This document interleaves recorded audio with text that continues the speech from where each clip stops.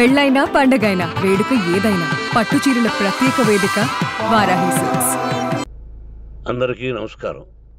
రెండు రాష్ట్రాల్లో ఉన్నటువంటి తెలుగు ప్రజలకు భారతదేశంలోనూ యావత్ ప్రపంచంలోనూ ఉన్నటువంటి తెలుగు మిగతా భాషలలోని అభిమానులకు, నా శ్రేయోభిలాషులకు, ఆత్మీయులకు, ప్రజాప్రతినిధులకు, రెండు రాష్ట్రాల ముఖ్యమంత్రులకు, మీడియా ప్రతినిధులకు నా హృదయపూర్వక నమస్కారాలు. గత 4 రోజులుగా ఏమేమి జరుగుతున్నదని అందరికీ తెలుసు. ముఖ్యమంత్రులకు కూడా తెలుసుంటుంది. ఎందుకంటే వాళ్ళు ఎన్నో సమస్యలతో తలమునకలై ఉంటారు. కానీ ఎవరో ఆయన పర్సనల్ సెక్రటరీస్ చెప్పుండొచ్చు. నా హృదయంలో ఉండే ఆవేదన ఏమిటంటే కుటుంబ సమస్యల్లో ఎవరైనా పర్మిషన్ లేకుండా ఇతరులు జోక్యం చేసుకోవచ్చా? మీరే ఆలోచించండి. 100కి 100% అనాల్సిన అవసరం లేదు. కనీసం 95-98% కుటుంబ సమస్యలు ఉంటూ ఉంటాయి. అంటే మేమంతా నటులం కాబట్టి మా విషయాలు, పాపులర్గా ఉన్న రాజకీయ నాయకుల విషయాలు, కొంతమంది ఉన్నవి లేనివి, లేనివి ఉన్నవి చెబుతూ ఉంటారు. చెప్పేవాడు కూడా ఆలోచించాలి, వాళ్ళ మనసులు, వాళ్ళ కుటుంబ సమస్యలు అని. ఇదంతా ప్రజలకు తెలుసు. కానీ ఎందుకులే మన పనులు మనం చేసుకుందాం అని అందరూ సైలెంట్గా ఉన్నారు. ఇప్పుడు ప్రజలు కూడా, కొంతమంది రాజకీయ నాయకులు కూడా ఆలోచించుకోవాల్సిన విషయం. విజువల్స్ చూడండి, టీవీల్లో వస్తున్నాయి, సోషల్ మీడియాలో వస్తుంది. రాత్రి 8 గంటలకు గేటు తోసుకుని నా బిడ్డ మనోజ్ కుమార్ వచ్చాడు. అది రైటా రాంగా పర్సనల్ విషయం, తర్వాత మాడుకోవచ్చు. పత్రికాధిపతులు, అది పత్రికా సోదరులు 4 రోజుల నుంచి నా ఇంటి ముందు మనుషులను పెట్టుకుని, వ్యాన్లు పెట్టుకుని అలా ఉండడం ఎంతవరకు న్యాయం? నేను అప్పటికీ బయట పోతున్నప్పుడు చెప్పాను, అందరికీ నమస్కారం అయ్యా, మీకు కుటుంబ సభ్యులు ఉన్నారు, దయచేసి నా సమస్యను నేనే పరిష్కరించుకుంటాను నా బిడ్డలతో, దీన్ని చిలవలు పరవలు చేయొద్దండి, దయచేసి నన్ను గౌరవించండి, నేను ప్రజలకు ఏం చేస్తున్నాను ఒక విద్య ద్వారా అనేది మీకు తెలుసు, నటుడిగా మీ అందరికీ తెలుసు, ఒక రాజ్యసభ సభ్యుడిగా మీకు తెలుసు, ఎంత క్లీన్ చిట్టుతో వచ్చానో రాజ్యసభ సభ్యుడిగా. నా హృదయంలో ఉండే ఆవేదన చెప్పనలవే కాదు, మీకే చెప్పాలి.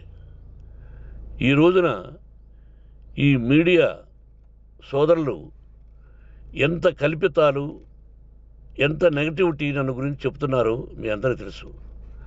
దానికి నేను బాధపడడం లేదు. మీరు ముఖ్యంగా తెలుసుకోవాల్సింది, రాత్రుల్లో గేటు తోసుకుని, గేటు పగలగొట్టి పర్మిషన్ లేకుండా ఎవరైనా రావచ్చా? మీరే చెప్పండి. వచ్చిన వాళ్ళు అందరూ మీడియా సోదరులా, లేకపోతే ఇంకెవరైనా నా మీద పగ, రాగద్వేషాలతో ఏదో ఒక ఛానల్ చేతులు పెట్టుకుని అలా వచ్చి ఉంటారేమో సందేహం. కానీ వాళ్లను కొట్టాలని, తిట్టాలని మనసా వాచ దైవసాక్షిగా నేను అలా ఆలోచించేవాడిని కాదు. ఎందుకు? వాళ్ళు ఉద్యోగస్తులు, నేను కూడా ఉద్యోగస్తునే, అందరూ కూలివాళ్ళం. భగవంతుడు ఇస్తుంటాడు మనకు కూలి. ఎవరికి ఏమిటి అనేది ఆయన నిర్ణయిస్తాడు. ఇది మీ అందరికీ తెలుసు. వాళ్లకు నేను చెప్పినా వినకుండా ముందు నమస్కారం పెట్టాను. అయినా అతను నేను కొట్టామనే చెప్తున్నారు తప్ప, మైక్ తీసుకెళ్ళి నోట్లో పెట్టాము, నా కన్ను పోవలసింది. కన్ను పోయి ఉంటే అప్పుడు నేను కేసులు పెట్టాలి. నా కన్ను పోలేదు, కొంచెం తగిలింది కంటి కింద, నేనే ఎస్కేప్ అయ్యాను. లేకపోతే నా జీవితం గుడ్డిదయ్యేది. అతనికి తల కాదు చెంప మీద తగిలిందన్నారు. ఓకే, ఆ చీకట్లో ఎలా జరిగిందన్నది వాస్తవమే. మైకు లాక్కోవడం, వాడు నన్ను కేకలేయడం, ఆ దీనిలో ఘర్షణ జరిగింది. నేను కొట్టిన దెబ్బ అతనికి తగిలింది అన్నారు. దానికి హృదయపూర్వకంగా బాధపడుతున్నా. అతను నాకు తమ్ముడే.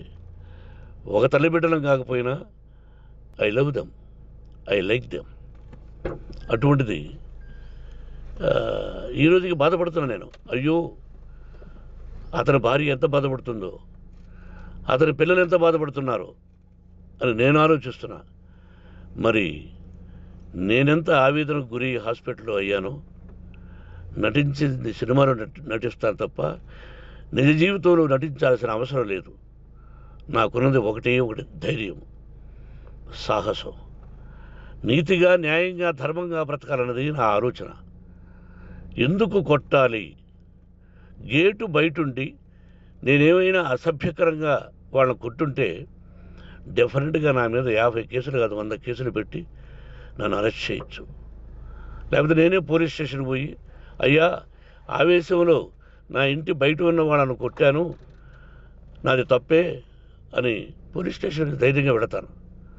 కానీ ఇంటి లోపలికి వచ్చి నా ఏకాగ్రతను, నా మనశ్శాంతిని భగ్నం చేశాడు. ఆల్రెడీ నా బిడ్డ చేస్తున్నాడు.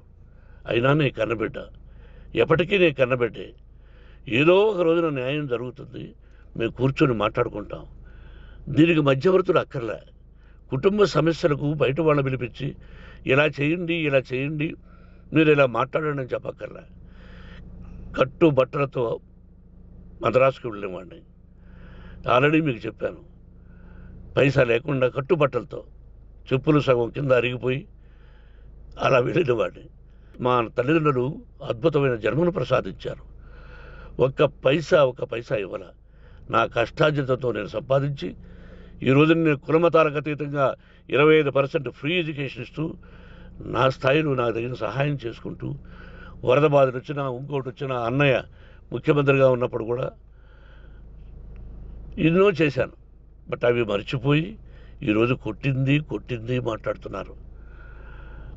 ప్రజాప్రతినిధులారా, నా అభిమానులారా, తెలుగు ప్రజలారా, తమిళ, మలయాళం, కన్నడ అభిమానులారా, ఆలోచించండి. నేను చేసినది తప్పు, కొట్టినది తప్పు. ఏ సందర్భంలో కొట్టాల్సి వచ్చింది? మీ ఇంటికి దూరితే ఒప్పుకుంటారా?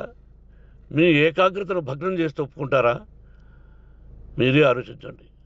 న్యాయాధిపతులు కానీ, ప్రజాప్రతినిధులు కానీ, అభిమానులు కానీ, వ్యాపారస్తులు కానీ, ఇదే మీడియా ప్రతినిధులు కూడా వాళ్ళ ఇళ్ళలోకి ఎవరైనా దూరి, ఏయ్ మమ్మల్ని గురించి ఇలా రాశావు అని ఆ ఇళ్ళల్లోకి ఒక 10 మంది వెళితే వాళ్ళు దండం పెట్టి పంపిస్తారా?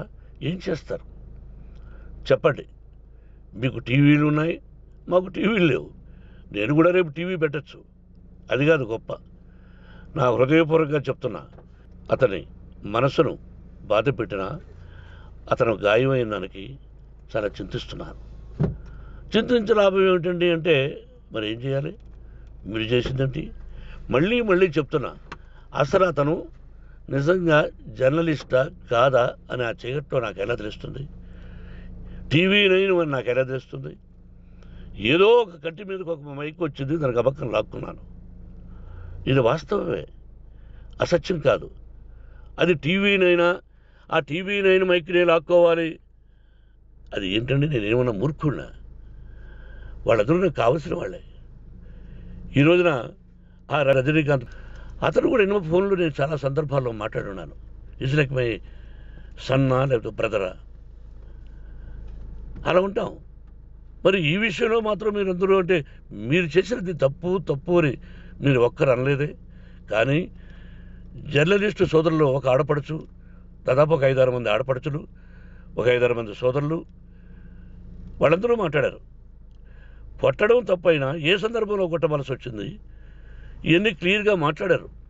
ఆయన్ని మీరు చెప్పరు. కాబట్టి పైన భగవంతుడు చూస్తున్నాడు. పోలీస్ అంటే నాకు ఇష్టం. ప్రజలను కాపాడవలసిన బాధ్యత వాళ్ళది, రక్షణ కల్పించవలసింది. నా విద్యాలయానికి కూడా ఐపీఎస్లు ఐఏఎస్లు అయిన విద్యార్థులు ఉన్నారు.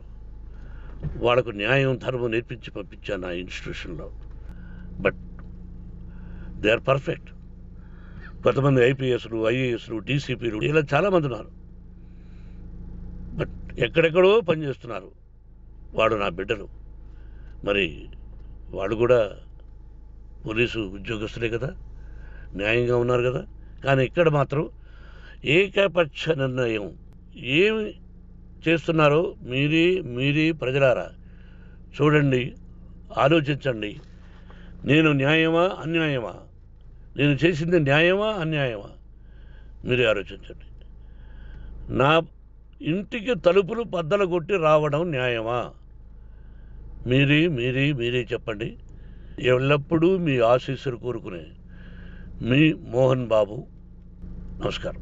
సుమన్ టీవీలో మీ పర్సనల్ అండ్ బిజినెస్ ప్రమోషన్స్ కోసం కింది నెంబర్కి కాంటాక్ట్ చేయండి.